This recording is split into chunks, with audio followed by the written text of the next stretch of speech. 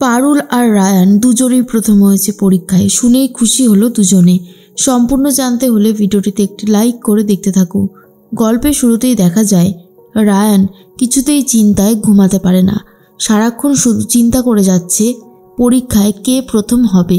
যদি পারুলের কাছে রায়ান হেরে যায় তাহলে রায়ানের মান সম্মান নাকি থাকবে না।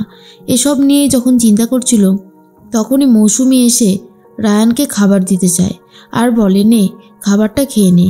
রায়ান তখন বলে, আমি খাবার খাবো না, আমার একদমই খেতে ইচ্ছে করছে না, নিয়ে যাও এখান থেকে। মৌসুমি তখন বলে, কেন নিয়ে যাব কেন? আরে বাবা, খাবারটা না খেলে তুই যুদ্ধটা করবি কি করে বলতো? তোকে যুদ্ধ করতে হলেও তো খাবারটা খেয়ে যুদ্ধ করতে হবে, তাই না? নে খাবারটা খেয়ে না, আমি তোকে খাইয়ে দিচ্ছি।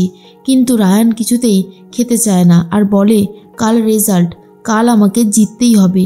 আমি যদি হেরে যাই তাহলে আমার সমস্ত মনের আশা একেবারে হেরে যাবে, যেটা আমি কোনোভাবেই মেনে নিতে পারবো না। মনে মনে মৌসুমি ভাবে, রায়ান জিতলে তবেই তো আমি জিততে পারবো, আর রায়ান যদি হেরে যায় তাহলে আমিও হেরে যাব। না না, এটা কিছুতেই হতে পারে না। এর মধ্যেই রায়ান তো কিছুতেই খেতে চায় না। তখনই মল্লার বলে, কি হয়েছে জেঠি, তুমি এরকমভাবে বেরিয়ে যাচ্ছ? তখন মৌসুমি বলে, দেখ না, আমি রায়ানের জন্য খাবার নিয়ে গেছিলাম, কিন্তু রায়ান কোনোভাবেই খাবারটা খেলো না। আমাকে বলল ও নাকি খাবার খাবে না, ওর নাকি খুবই চিন্তা হচ্ছে। বারবার বললাম খেতে, কিন্তু রাজি হলো না। এর মধ্যেই পারুল তখন ভাবে, নিশ্চয়ই ও না খেয়ে রয়েছে, ওর সাথে একবার কথা বলতে হবে। মল্লার বলে, পারুল, আমার মনে হয় রায়ান খুবই চিন্তার মধ্যে রয়েছে, ও কোনোভাবেই আজকে খাবে না। আসলে ওর মনের মধ্যে যেটা রয়েছে সেটা হচ্ছে ভয়, যদি ও হেরে যায়। পারুল তখন মনে মনে ভাবে, রায়ানটা বোঝেই না, আমি তো সবসময় চাই ও যাতে জিতে যাক, আমি সবসময় ওর পাশে আছি, কিন্তু ও সেটা বুঝতেই পারে না। তবে আমার মনে হয় ও ঠিকই ওর লক্ষ্যে পৌঁছতে পারবে, আর আমি ঠিক একটা ব্যবস্থা করে নেব। আমার তো এমনিতেই ভয় ডর খুব কমই আছে, যা হবে ভালোর জন্যই হবে। এরপর রায়ানকে বলে, কিরে তুই এত টেনশন নিতে পারিস না, তাহলে কম্পিটিশনে নাম লেখাস কেন? রায়ান তখন বলে, এই তুই কি এখন আমাকে জ্ঞান দিতে এসেছিস? পারুল তখন বলে, আমি তোকে জ্ঞান দিতে যাব কেন? আমি তো সত্যি কথাই বললাম, কি বিশ্বাস হচ্ছে না নাকি? এর মধ্যেই রায়ান বলে, আমার এখন টেনশন হচ্ছে, আমার এখন খাবার গলা দিয়ে নামবে না। পারুল বলে, এরকম টেনশন করিস কেন, যেখানে খাবার খেতে পারিস না? চল, তোকে নিয়ে আমি একটা জায়গায় যাব। এই বলেই পারুল আর রায়ান দুজন মিলে ডিস্কে চলে যায়। আর সেখানে গিয়ে তখনই রায়ান বলে, কি ব্যাপার পারুল, তুই এখানে?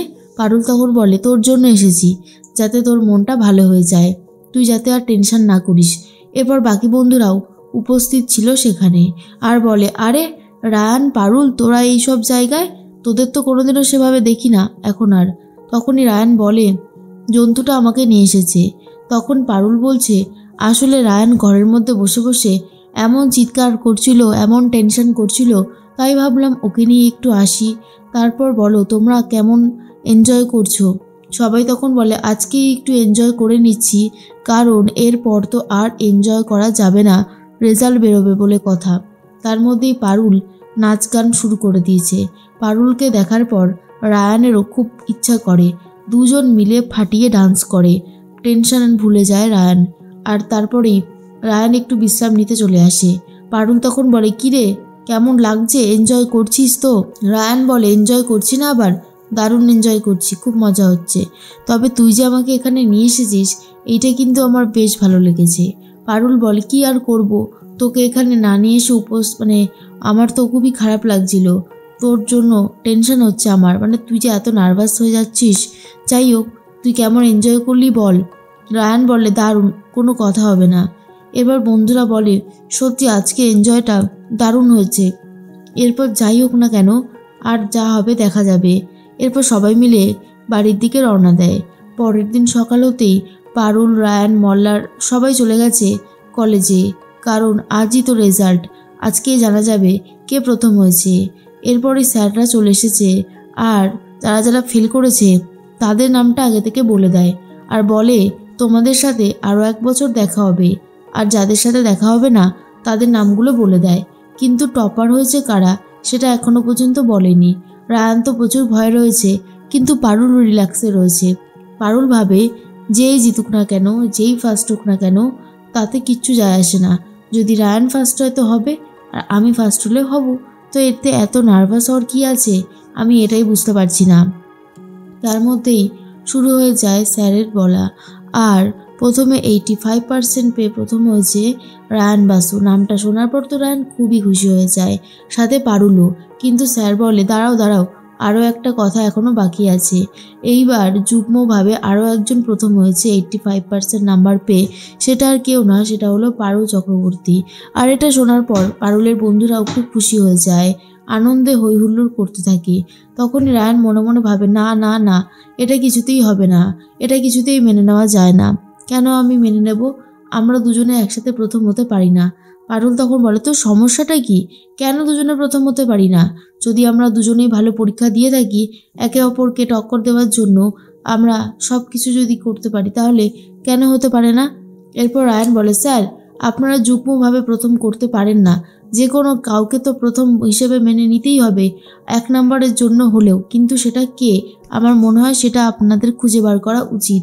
তখনই স্যার বলে, ঠিক আছে, তোমরা যখন চাইছো আরও একটা পরীক্ষা হোক, তো আর একটা পরীক্ষা হবে। আমরা তোমাদেরকে 7 দিন মতন সময় দিলাম যে তোমরা আমাদেরকে আরও একটা পরীক্ষা দাও তাহলে। তখন পারুল বলে, কি পরীক্ষা?